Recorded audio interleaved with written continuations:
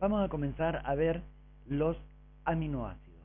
Los aminoácidos pertenecen a una familia de compuestos que es sumamente importancia, de vital importancia, ya que los aminoácidos son la unidad que me permitirá construir una serie de polímeros que son de gran importancia para el organismo, para los organismos vivos, y que veremos a continuación de los aminoácidos, que son las proteínas.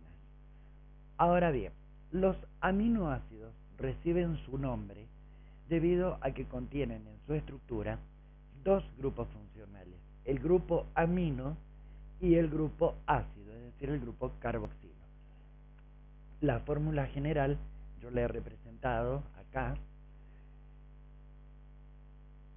y acá tenemos el grupo amino, como habíamos visto cuando estudiamos en el tema de aminas, y el grupo carboxilo, que es el grupo ácido. Ambos grupos están unidos a un mismo carbono, y si recordamos el sistema de nomenclatura común, cuando nombrábamos a los ácidos, numerábamos la cadena, pero no con números como en el sistema oficial de nomenclatura, sino que usábamos letras del alfabeto griego, correspondiendo la alfa al que estaba unido al carbono del grupo carboxilo. Por lo tanto, este carbono que tenemos acá es el carbono alfa. Por lo tanto, también es frecuente que hablemos de alfa aminoácidos, ya que el grupo amino está unido al carbono alfa. Y la diferencia que existe entre todos los grupos, entre todos los aminoácidos, radica precisamente en este grupo, que lo hemos representado con una R, pero que en realidad recibe el nombre de cadena lateral. Evidentemente existen otros aminoácidos que no son alfa aminoácidos, sino que el grupo amino está unido en otro carbono, puede ser en el beta, en el gamma, en el delta, pero los de mayor importancia para nuestro estudio, los que están más relacionados con las proteínas, son precisamente los alfa aminoácidos, que son 20 los fundamentales, pero que ya los vamos a ver. Primero vamos a empezar a analizar cada uno de ellos y a ver cómo se los clasifica a estos aminoácidos. Como dijimos, la diferencia radica en el grupo funcional.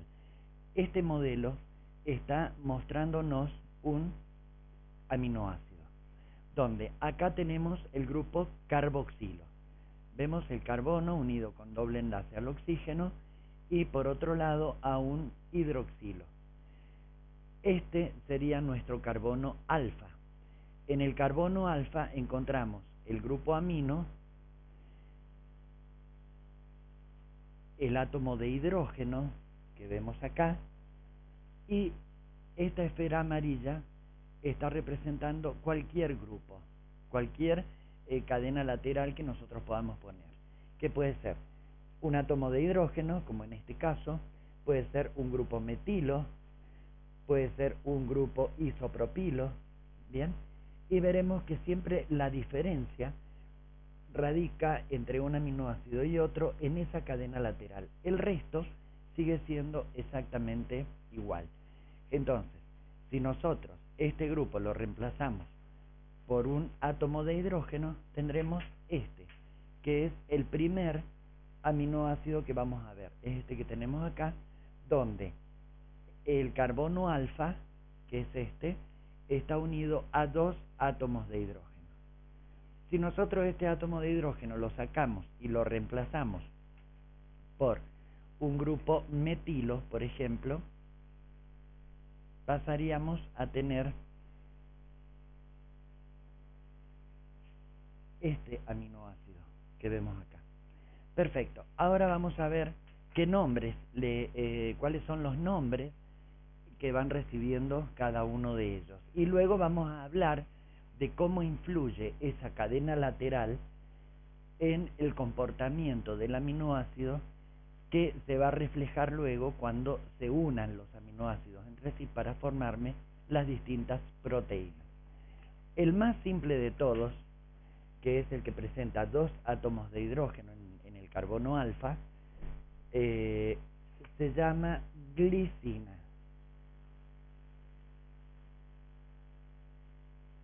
Es el más simple que hay y tiene una característica que lo diferencia de todos los otros, que ya la vamos a ver. El que le sigue, es decir, donde en lugar del hidrógeno hay un grupo metilo, se llama alanina. Entonces, ese es el aminoácido alanina. Cuando tenemos un grupo isopropilo, tendremos el aminoácido valina. Todos tienen la terminación genérica ina. En este caso, vemos que el grupo metilo tiene otro grupo carboxilo, es decir, hasta acá, en estos tres que hemos visto, en cada molécula tenemos un grupo carboxilo y un grupo amino, en cada uno de ellos. Al estar en igual cantidad, podemos decir que estos tres, son aminoácidos neutros. Aminoácidos neutros.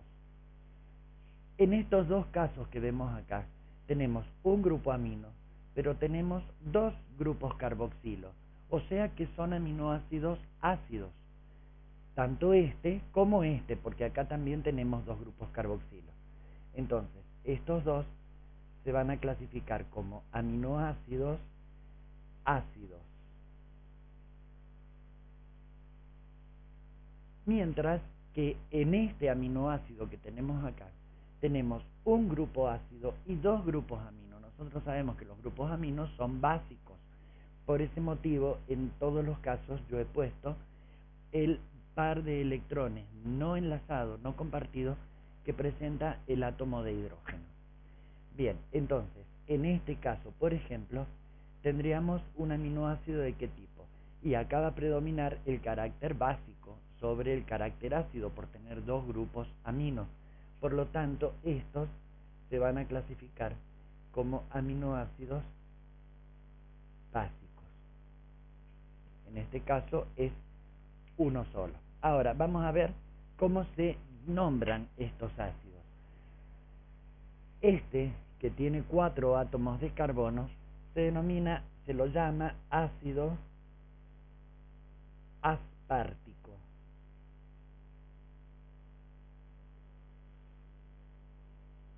Mientras que el de 5 átomos de carbono recibe el nombre de ácido glutámico.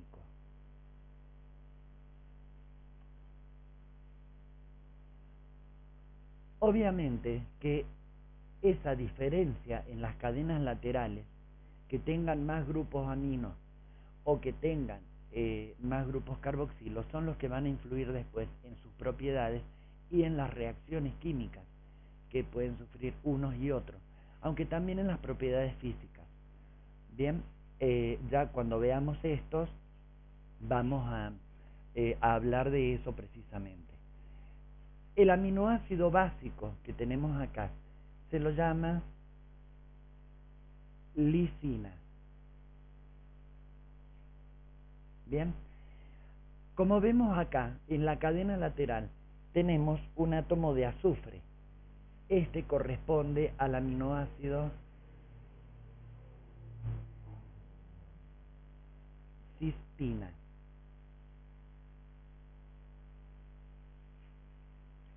Perdón, es cisteína. La cistina la vamos a ver en un rato más. En este caso no es azufrado, pero es hidroxilado, es decir, aparte del grupo ácido, del grupo amino, tiene un grupo alcohol. Este aminoácido recibe el nombre de serina.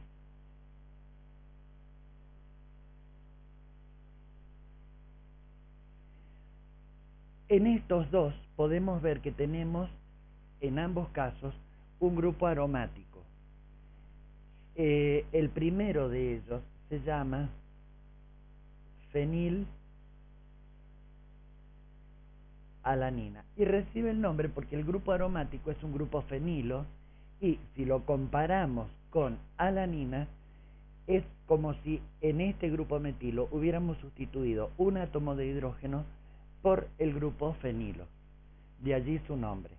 Y en este caso, que es la fenilalanina pero hidroxilada en la posición para, este aminoácido recibe el nombre de tirosina. Ahora bien, siguiendo con la clasificación, habíamos dicho que ya los podemos clasificar en aminoácidos neutros cuando la cantidad de grupos amino y carboxilo es igual. Cuando predomina la cantidad de carboxilos, pertenece a la clasificación de aminoácidos ácidos. Cuando predominan los grupos amino sobre el carboxilo, entonces son aminoácidos básicos. Tenemos dos aminoácidos, la cisteína es uno de ellos, que es un aminoácido azufrado debido a la presencia del sulfidrilo, bien, es decir, del azufre. En este caso tenemos un aminoácido hidroxilado.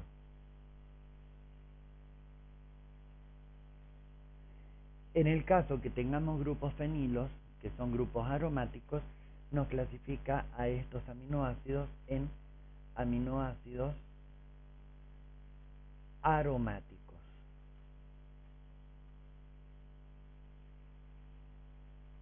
Bien. ¿Qué más tenemos para decir de ellos? Dijimos que iba a haber una influencia de esa cadena lateral sobre las propiedades físicas. Por ejemplo, si lo pensamos por el lado de la solubilidad en agua de estos compuestos.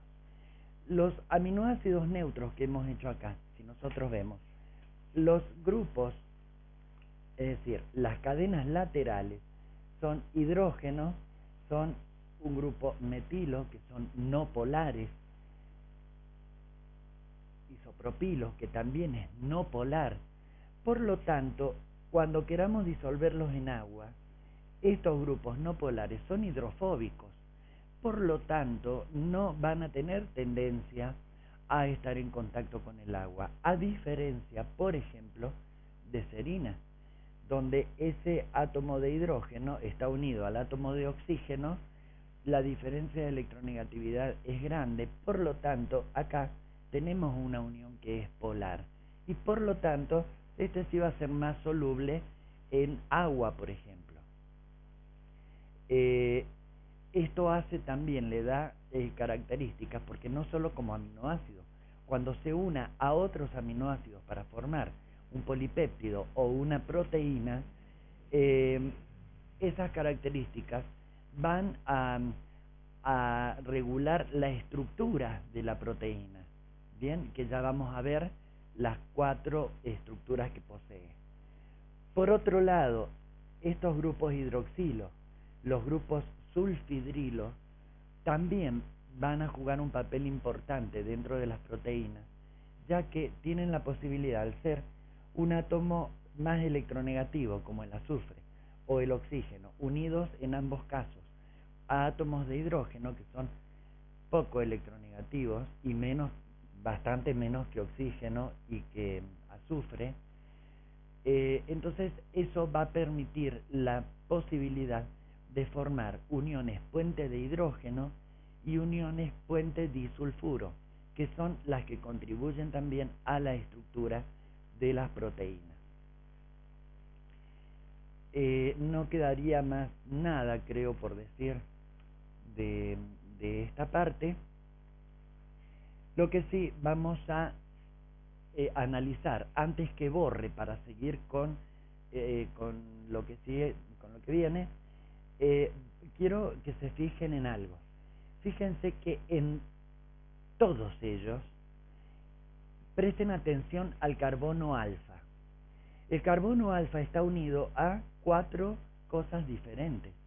Por lo tanto, a ese carbono se lo llama carbono quiral o carbono asimétrico.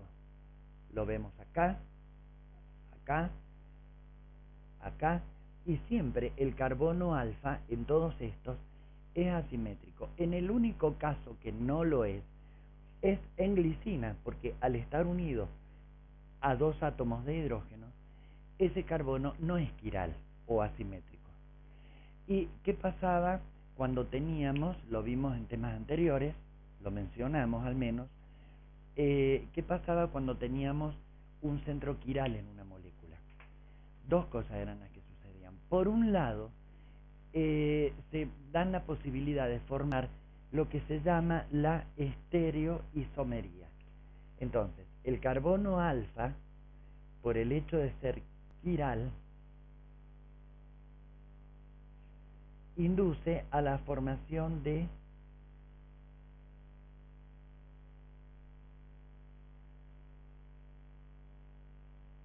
estereoisomería. La estereoisomería era aquella que me formaba isómeros que eran imagen especular no superponible, cuyo ejemplo cuando lo explicamos lo dimos precisamente con las manos. Entonces, vamos a tener en cada uno de los aminoácidos, excepto en glicina, porque al no tener carbono quiral, no puede presentar estereoisomería. Entonces de la glicina tenemos uno solo. En cambio, de todos los otros que sí tienen carbono quiral, tienen los 2 estereoisómeros, a los cuales llamábamos enantiómeros. Entonces de esa manera vamos a tener el enantiómero D y el enantiómero L.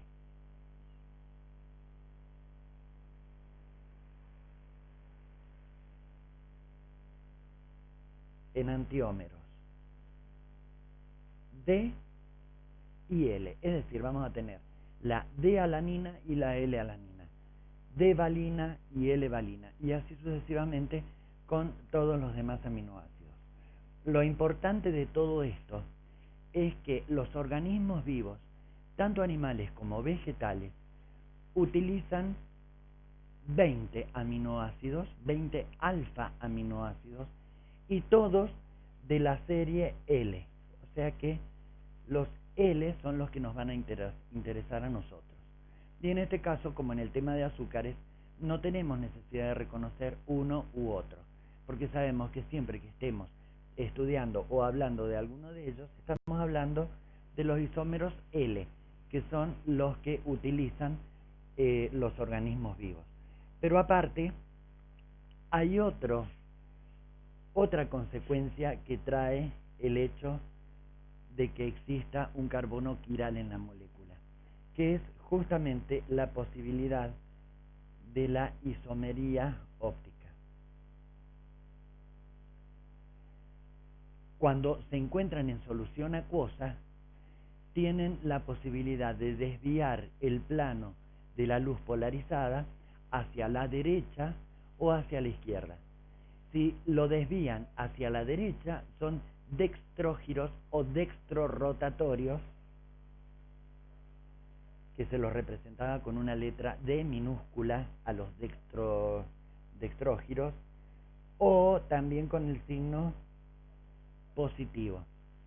Y los que desvían el plano de la luz polarizada a la izquierda son los levógiros o levorotatorios, y se los designa con una letra L minúscula o con el signo negativo.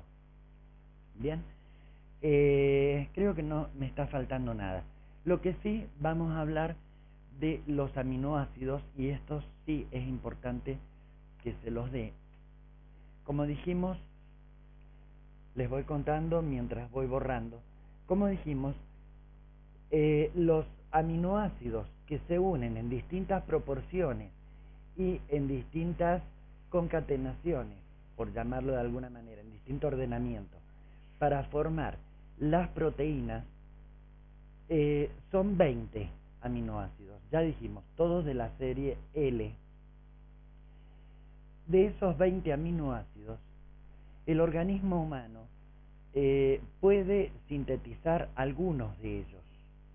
Puede sintetizar exactamente 10 de esos 20. Los otros 10 aminoácidos no los puede sintetizar el organismo, porque no contamos con los mecanismos, resultan un poco más complejos.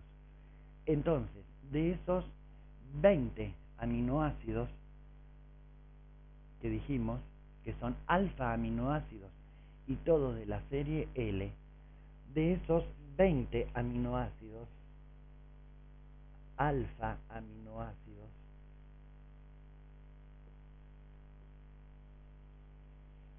los vamos a clasificar en dos grupos. Esos 10 que nuestro organismo puede sintetizar, nosotros no tenemos necesidad de incorporarlos desde afuera, porque en caso de necesidad, nuestro mismo organismo los va a sintetizar. Por lo tanto, esos 10 aminoácidos se los clasifica como aminoácidos no esenciales. Lo de esencial no quiere decir que no sean esenciales para la vida, sí lo son. El esenciales o no esenciales está referido en cuanto a si necesitamos sí o sí ingerirlos desde afuera, o no es necesario porque los podemos fabricar, los podemos sintetizar. Los otros, estos son 10, los que podemos sintetizar. Los otros 10 no los podemos sintetizar y son los que se denominan aminoácidos esenciales. Y estos son sumamente importantes porque nosotros no los podemos sintetizar y sin embargo los necesitamos. Y también son 10 los aminoácidos esenciales. Entonces, como no los podemos sintetizar, debemos incluirlos a nuestro organismo, debemos incorporarlos a través de la dieta, a través de la alimentación, en el consumo de carnes, de verduras, de huevos, de lácteos, ¿bien? Entonces, de esa manera, nuestro organismo, si bien no los puede sintetizar, pero los tiene a disposición porque los está consumiendo desde el exterior, a través de la dieta y a través de nuestros alimentos. Esos 10 aminoácidos esenciales, vamos a ver cuáles son. Entre ellos tenemos arginina, treonina,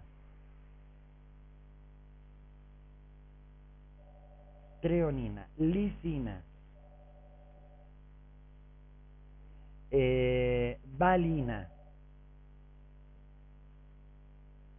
fenilalanina,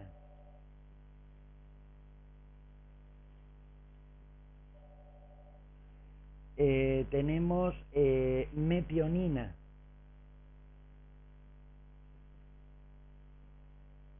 metionina es otro de los azufrados. Fenilalanina recién vimos su fórmula química. Tenemos triptofano,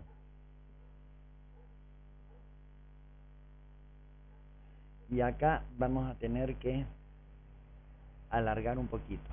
Entonces tenemos arginina, treonina, lisina, valina, fenilalanina, metionina, triptofano, histidina,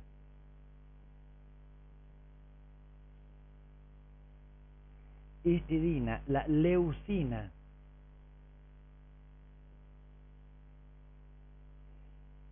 y por último la isoleucina.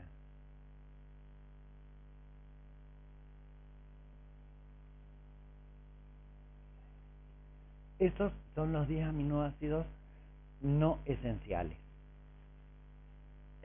Los 10 aminoácidos esenciales.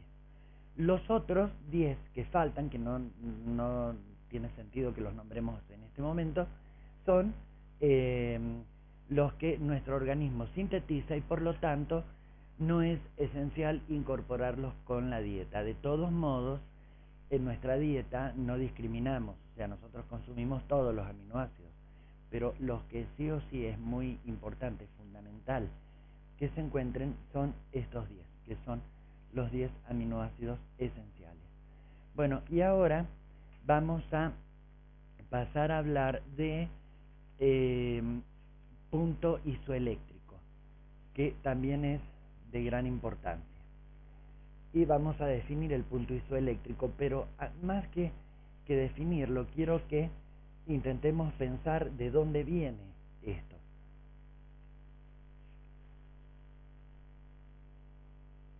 Punto isoeléctrico.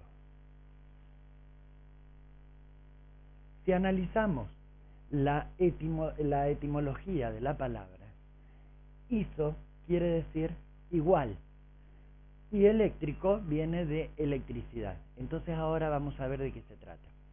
Dijimos que la fórmula general, vamos a tratar en forma general, para cualquier aminoácido es lo mismo. Recuerden que para diferenciar uno del otro, veremos cuál es la cadena lateral que debemos colocar. Pero en forma general, si planteamos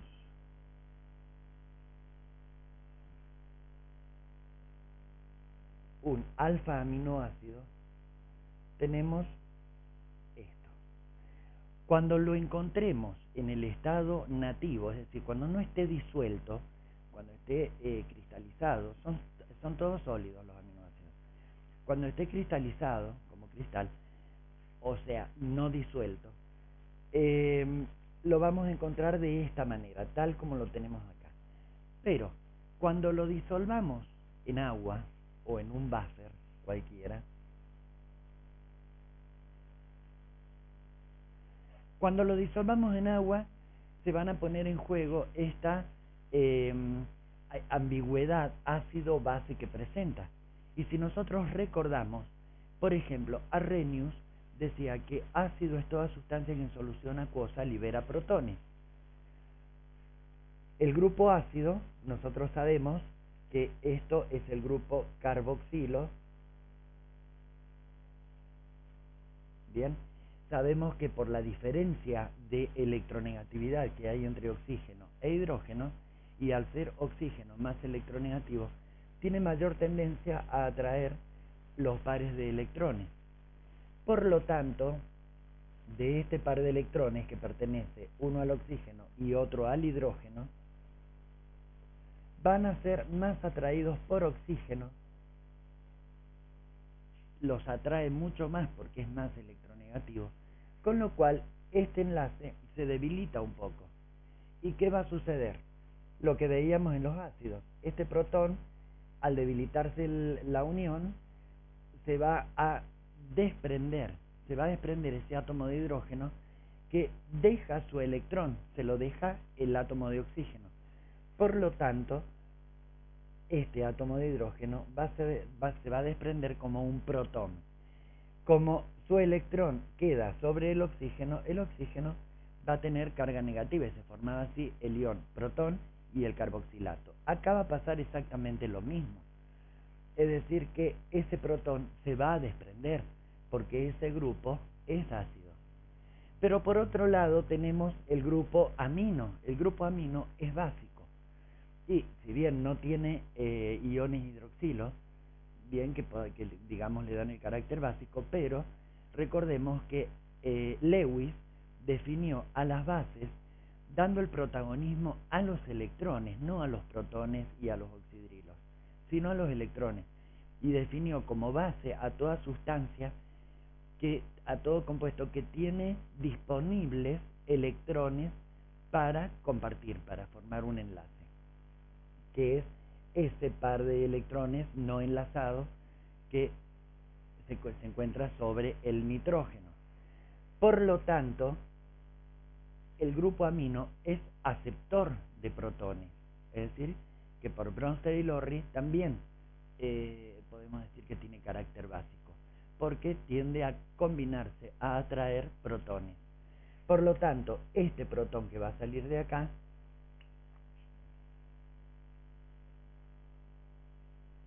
se va a unir, a ver, vamos a terminarlo. Acá dijimos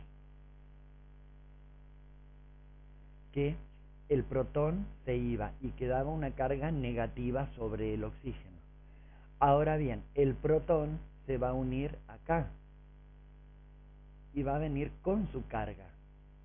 Por lo tanto, va a quedar nitrógeno unido a 3 átomos de hidrógeno y con una carga positiva. Bien. Ahora, ¿cómo podemos representar esto? Nitrógeno, hidrógeno 3 con una carga positiva.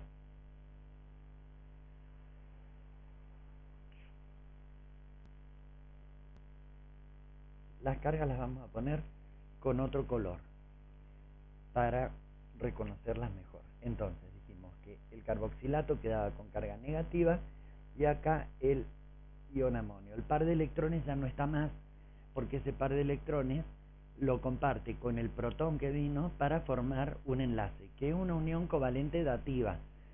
El nitrógeno a los otros dos hidrógenos se une mediante enlace covalente, pero una vez formado es indistinto.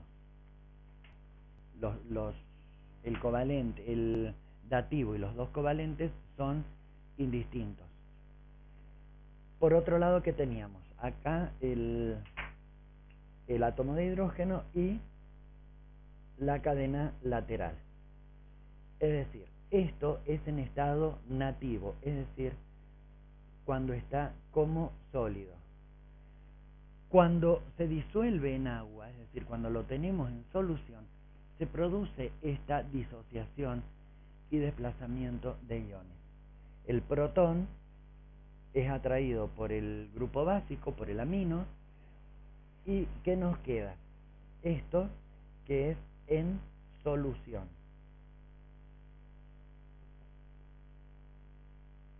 Ahora bien, si nosotros miramos, esto es un poco complejo.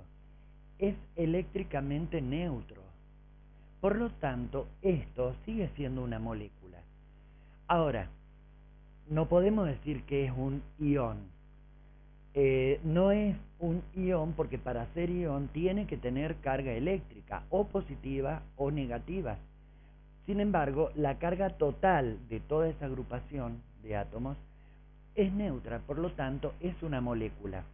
Pero a su vez, dentro de esa molécula hay dos polos, hay un extremo con carga negativa y un extremo con carga positiva. Por lo tanto, es como un híbrido entre una molécula y un ion.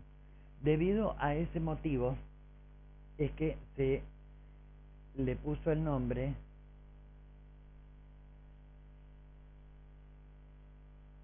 a esa especie de zwitterion. Zwitterion, ¿de dónde viene el nombre de zwitterion? Viene del alemán, donde Zwitter quiere decir híbrido. Es decir, es un ion híbrido, es un híbrido entre una molécula y una especie iónica. Por ese motivo también se lo conoce generalmente como zwitterion, pero también es correcto decir que es un ion dipolar. Dipolar, ¿por qué? Porque tiene dos polos, tiene un polo negativo y un polo positivo, ¿bien? O dos extremos. Ahora bien, esto les da un comportamiento especial. Si nosotros lo teníamos sólido, lo teníamos de esta manera, no estaba como zwitterion.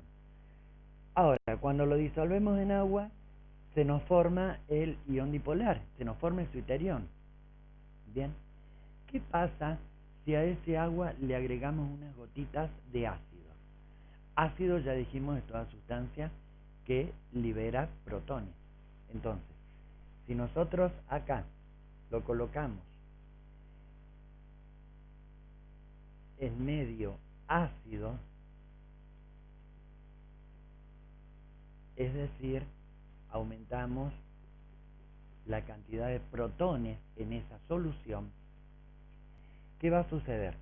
Los protones sabemos que son de que tienen carga positiva Y sabemos también que las cargas del mismo signo se repelen y las cargas de signo opuesto se atraen. Por lo tanto, esa carga positiva, cuando se encuentre con esta especie, iba a ser atraída por el átomo de oxígeno, que es el que tiene la carga negativa. Entonces, en definitiva, ¿qué es lo que va a pasar cuando yo a este le agregue unas gotitas de ácido? Y acá se va a protonar, es decir, va a quedar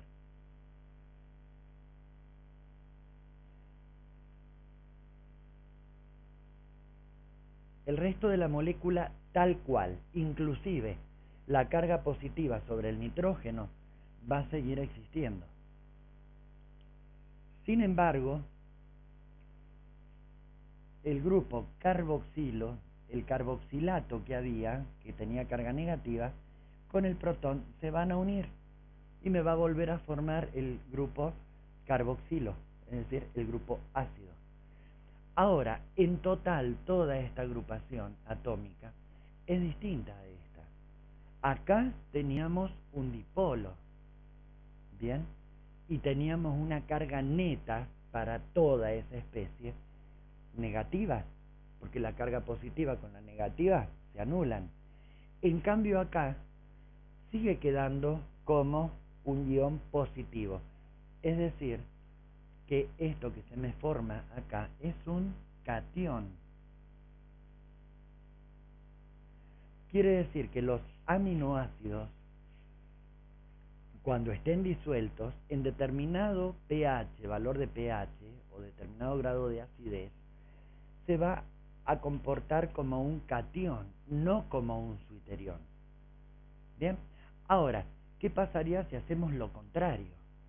En vez de agregarle un ácido, a este suiterión le agregamos unas gotitas de hidróxido, por ejemplo. Es decir, que sería en medio alcalino. En medio alcalino tendríamos iones oxidrilo. Bien, perfecto. En medio alcalino, ¿qué es lo que va a suceder? Los oxidrilos, sabemos bien, que siempre tienen tendencia a captar protones. Entonces, un oxidrilo tiende a unirse a un protón para formar una molécula de agua. Bien, entonces, si tenemos un oxidrilo y se encuentra con esta molécula, este nitrógeno, que está unido a esos tres hidrógenos y que soporta la carga positiva, tiene la posibilidad de que uno de esos hidrógenos, el que se unió cuando se produjo la disociación, que ese hidrógeno salga como protón. Entonces, nitrógeno sigue manteniendo su par de electrones original, que es suyo. ¿Bien? Pero al salir un protón, ese protón se va a unir con el oxidrilo y va a formar una molécula de agua. Y de esa manera, esta carga positiva se va a perder porque se va con el protón. Entonces, ¿cómo quedaría esto en medio alcalino? Si se va un hidrógeno, va a quedar nitrógeno unido a dos átomos de hidrógeno. Recupera su par de electrones no enlazados, no compartidos. El resto de la molécula quedará como tal. Y acá, ¿qué va a pasar con el grupo, con el carboxilato? Va a seguir manteniendo su carga, porque el grupo oxidrilo no puede ni aproximarse a él, porque tienen la misma carga y se repelen. Es decir, que la presencia del ion oxidrilo lo que hace es quitarle el protón a ese ion amonio que se ha formado.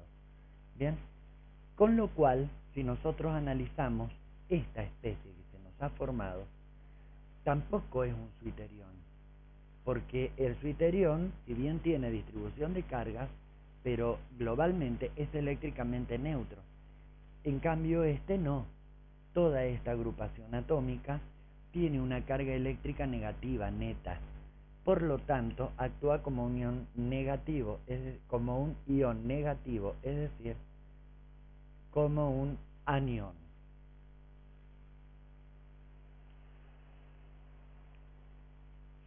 Entonces, ¿cómo se va a definir el punto isoeléctrico? Punto isoeléctrico, si iso quiere decir igual y eléctrico proviene de electricidad, quiere decir que está hablando de este estado. Es decir, donde el aminoácido se encuentra como suiterión o como ion dipolar, isoeléctrico, la misma electricidad de distintos signos, pero en magnitud la misma. Ahora, dijimos que esto a un determinado pH se mantiene de esta manera.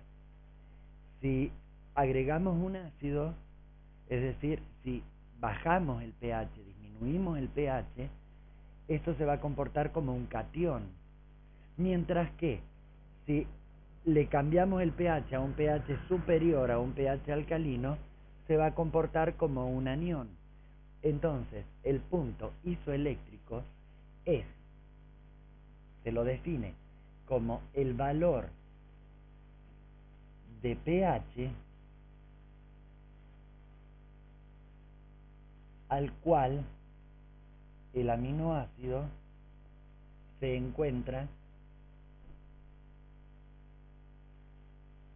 como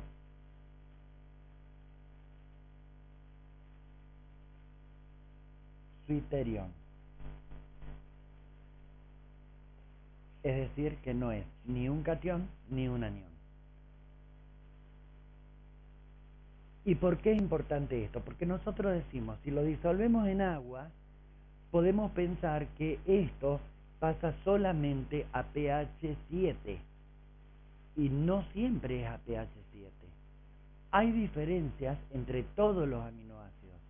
¿Por qué? Porque al variar la estructura, al variar esto, la cadena lateral, recordemos que teníamos aminoácidos que eran polares y aminoácidos que son no polares. Por lo tanto, en los polares, por ejemplo la serina, donde teníamos ese grupo hidroxilo, y eso va a cambiar su pH, su punto isoeléctrico, ¿bien? Porque va a haber una influencia.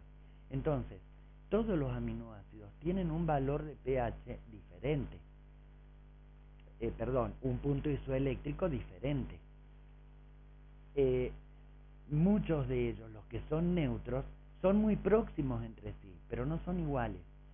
Y la diferencia es mayor todavía cuando por ejemplo, tenemos un aminoácido básico, como habíamos visto hace rato, la lisina, o cuando tenemos aminoácidos ácidos, como el ácido aspartico y el ácido glutámico. Evidentemente, ahí los puntos isoeléctricos van a ser totalmente distintos. Y la importancia de todo esto se encuentra en lo que es la electroforesis, que es un método de separación de aminoácidos que también es válido para las proteínas, porque este fenómeno de formar suiterión también se da en las proteínas. Ya lo vamos a ver muy próximamente. Entonces, el punto isoeléctrico, es decir, el valor del pH al cual ese aminoácido se encuentra como suiterión, es distinto para todos los aminoácidos. En algunos es muy cercano, pero en otros es muy diferente. Bueno, y ahora vamos a hablar un poquito de la unión que se produce entre dos aminoácidos. Nosotros dijimos, desde el principio les vengo diciendo que los aminoácidos se van uniendo entre sí para formar las proteínas. Esto se va produciendo en forma gradual, no es algo que se produce en un solo paso, ni tampoco tan rápido. Pero por ejemplo, vamos a unión peptídica. Consiste en ver cómo se unen un aminoácido con otro aminoácido. Los aminoácidos, estos 20 aminoácidos de los que estamos hablando, de la serie L, que son 20 alfa aminoácidos, 10 son esenciales, 10 no son esenciales, ellos se van uniendo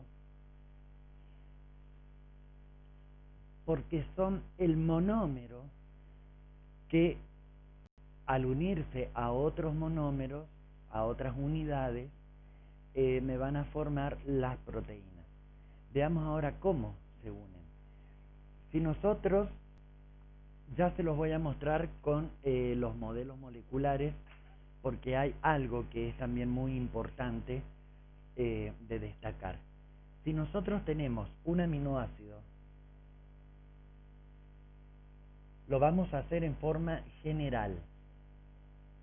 Es decir, la cadena lateral puede ser cualquiera, porque en todos los casos la unión peptídica se produce de la misma manera. Y lo único que va variando de un aminoácido al otro, como ya lo venimos diciendo, es precisamente la cadena lateral. Entonces, acá tenemos el grupo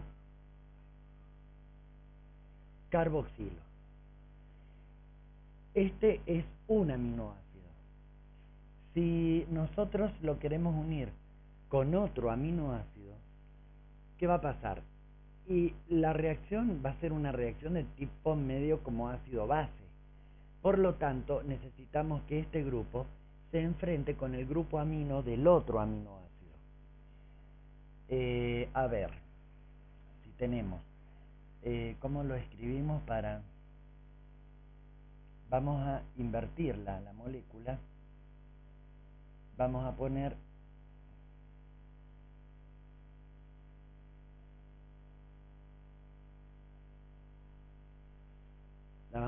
al grupo amino de esta manera. Entonces, para el otro lado vamos a tener el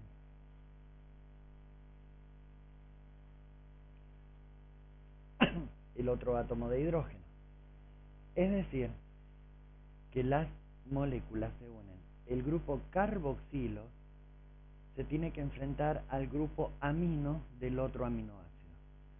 Entonces, fíjense, en el grupo ácido tenemos este hidroxilo y en el grupo amino tenemos átomos de hidrógeno. Entonces, ¿qué va a pasar? Uno de esos átomos de hidrógeno puede unirse al grupo hidroxilo para formar una molécula de agua, que en el esquema que venimos viendo podemos decir que el hidroxilo con este hidrógeno va a formar la molécula de agua.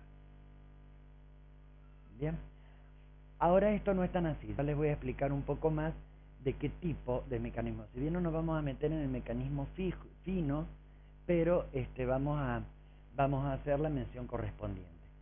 Si lo analizamos de esta manera, este carbono, si se va el hidroxilo, queda con un enlace libre, y exactamente lo mismo le va a suceder a este nitrógeno, va a quedar con un enlace libre.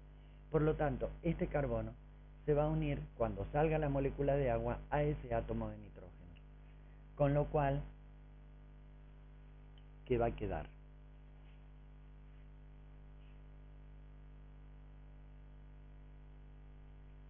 Toda esa parte de la molécula queda intacta y se une a toda esta parte de la molécula sin el hidrógeno también de manera intacta. Es decir, hasta acá queda todo exactamente igual. Este carbono es el que dijimos que quedaba con el enlace libre y es el que se une a este átomo de nitrógeno. El átomo de nitrógeno sigue teniendo su par de electrones y sigue unido a este otro átomo de hidrógeno. Y sigue unido a este carbono que está unido a un hidrógeno, al carboxilo del otro aminoácido y al radical correspondiente. Más, obviamente, la molécula de agua. Esto es una reacción de deshidratación, porque se forma una molécula de agua y se desprende. A las reacciones de deshidratación también se las llama reacciones de condensación. Entonces es una reacción de condensación. Una reacción de condensación que implica una deshidratación.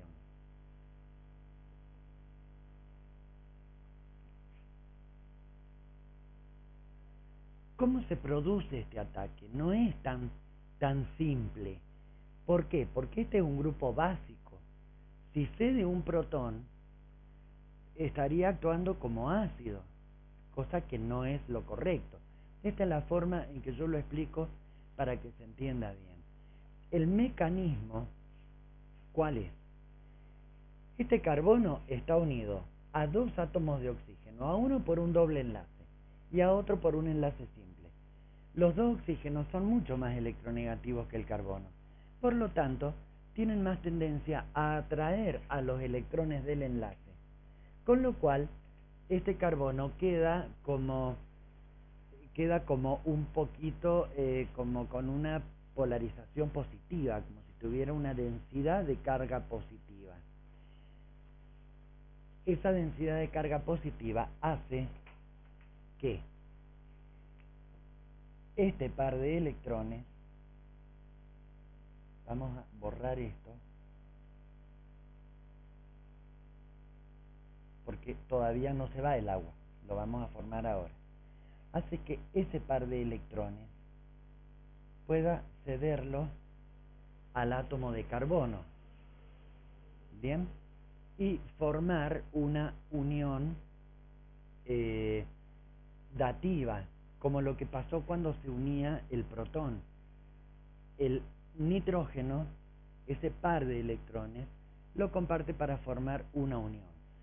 Con lo cual, este carbono toma su carga negativa y toma además carga negativa. ¿Bien? Es decir, tiene más de su octeto completo.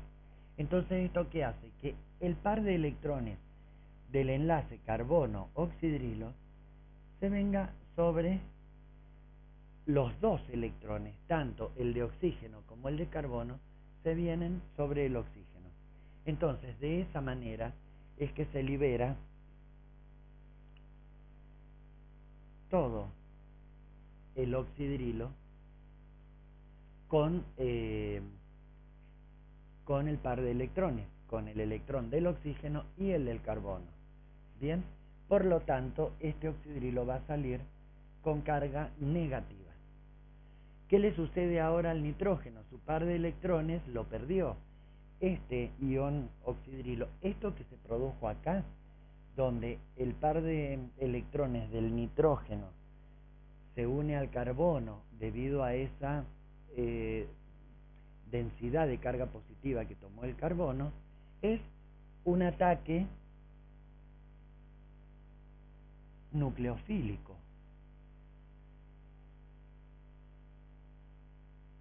Bien, corresponde a un ataque nucleofílico. Ahora, el hidroxilo que se formó acá, el nitrógeno es como que al compartir ese par de electrones, no tendría problema en ceder este átomo de hidrógeno, pero sin los electrones. Los electrones los sigue manteniendo nitrógeno, porque es más electronegativo.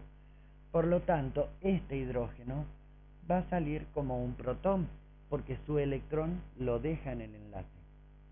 Bien, de esa manera se forma la molécula de agua y queda ese carbono unido a ese nitrógeno. Bien, es decir, quedaría esto. Ahora bien, vamos a ver cómo los nombraríamos. Vamos a limpiar un poco esto y les vamos a poner nombre, es decir, para que sepan cómo se nombraría el compuesto que se me va a formar. Supongamos que acá la cadena lateral era un hidrógeno, por lo tanto este aminoácido sería glicina. Bien, y acá para que no sea el mismo le vamos a poner un grupo metilo como cadena lateral. Entonces si la cadena lateral es un grupo metilo, ¿cómo se llamaba este aminoácido? Dijimos alanina. El compuesto que se me forma y que tiene una característica muy especial, el compuesto que se me forma, se deben nombrar los dos aminoácidos. Termina en ina, es decir, que el segundo que se unió quedaría como tal. Ahora, el primer aminoácido, el que se encuentra a la izquierda acá, que es la glicina, se le cambia la terminación ina por il. Entonces quedaría que este compuesto es la glicil alanina. Se ha formado por la unión de dos aminoácidos. Por lo tanto, esto es un dipéptido. Dipéptido, di porque son dos los aminoácidos que se han unido. Y péptido, ¿por qué? Porque a esto que se formó acá, ese tipo de unión, se lo llama unión peptídica. Bien, y por eso esto que se me forma acá es un dipéptido. Si el dipéptido se hubiera formado en sentido inverso, es decir, el grupo carboxilo de alanina con el grupo amino de glicina, el nombre del compuesto sería distinto y el dipéptido sería distinto también. Y se llamaría alanilglicina. ¿Está? Con esto, ¿qué les quiero decir? Que siempre que se unen dos aminoácidos, tenemos dos opciones. Tenemos la posibilidad de que se me formen los dos aminoácidos. Y si nosotros esta reacción la hacemos en el laboratorio, ¿con qué nos vamos a encontrar? Que vamos a obtener una mezcla de alanilglicina y de glicilalanina. Dos dipéptidos a partir de dos aminoácidos. Y esto es un poco exponencial. Cuanto más aminoácidos se unen, las posibilidades de formar más cantidad de péptidos es mucho mayor. Ahora bien, acá nosotros esto lo podemos representar como que teníamos un aminoácido que se unió a otro aminoácido y se formó un dipéptido. Ahora, si unimos un tercer aminoácido, tenemos un tripéptido. Y si unimos otro, tenemos un tetrapéptido. Y luego tendremos un pentapéptido, si seguimos añadiendo, pentapéptido, hexapéptido, heptapéptido, octapéptido.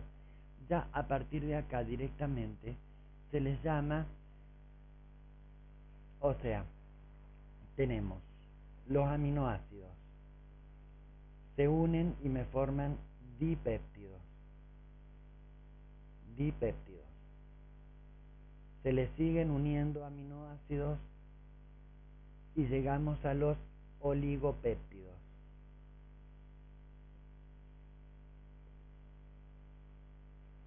Si se siguen uniendo más aminoácidos, llegamos a lo que son los péptidos,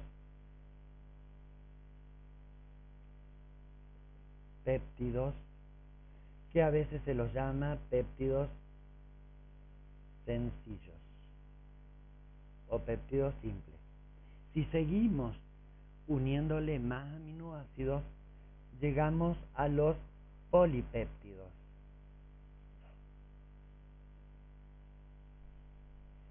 Y si le seguimos uniendo más cantidad de aminoácidos, llegamos finalmente a las proteínas, que es el último tema para finalizar este tema. Algo que me estoy olvidando acá es de hablarles de esta unión. ¿Qué característica tiene esa unión? Si nosotros vemos la estructura de un alfa aminoácido, vemos que no hay nada plano. Ahora, si nosotros acá queremos unir estos dos aminoácidos, ¿sí?, vemos que todos los átomos están distribuidos en el espacio, no, ninguno está planar. ¿Cómo se formaba la unión? El hidroxilo del ácido se unía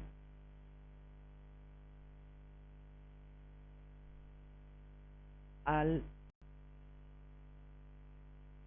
protón que le arrancaba al amonio, y ahí se me forma la molécula de agua, pero nitrógeno queda con un enlace libre. La molécula de agua ya está formada, la eliminamos, es la que tenemos acá. Ahora me quedó un enlace libre acá, una valencia libre acá, y una en el donde saqué el oxidrilo. Entonces ahí es donde se produce la unión de este carbono con el nitrógeno. Y si nosotros observamos esta molécula, vemos que todo esto está distribuido en forma espacial. Todo este sector que sigue está distribuido en forma espacial. Sin embargo, fíjense que el carbono, el oxígeno con el que se une por el doble enlace, el nitrógeno y el hidrógeno se encuentran en el mismo plano. Bien, es decir que tenemos una parte que es toda espacial y una parte plana. Toda espacial. Y si se une otro aminoácido para formar el tripéptido, la unión peptídica también me va a dejar esos 4 átomos en el mismo plano. Es decir que, dijimos, el carbono unido al carbonilo, el nitrógeno y el hidrógeno, todos estos quedan en un plano, mientras que todo esto está distribuido en el espacio y todo esto está distribuido en el espacio. Eso hace que cuando se forman las proteínas, se va a formar una cadena larga, pero donde están intercalados la parte espacial y la parte plana, la espacial y la plana, la espacial y la plana. Y eso es lo que va a contribuir a la formación de la estructura secundaria que vamos a ver en breve. Y ahora, para terminar esto, vamos a ver un poquito algunas reacciones características de los aminoácidos.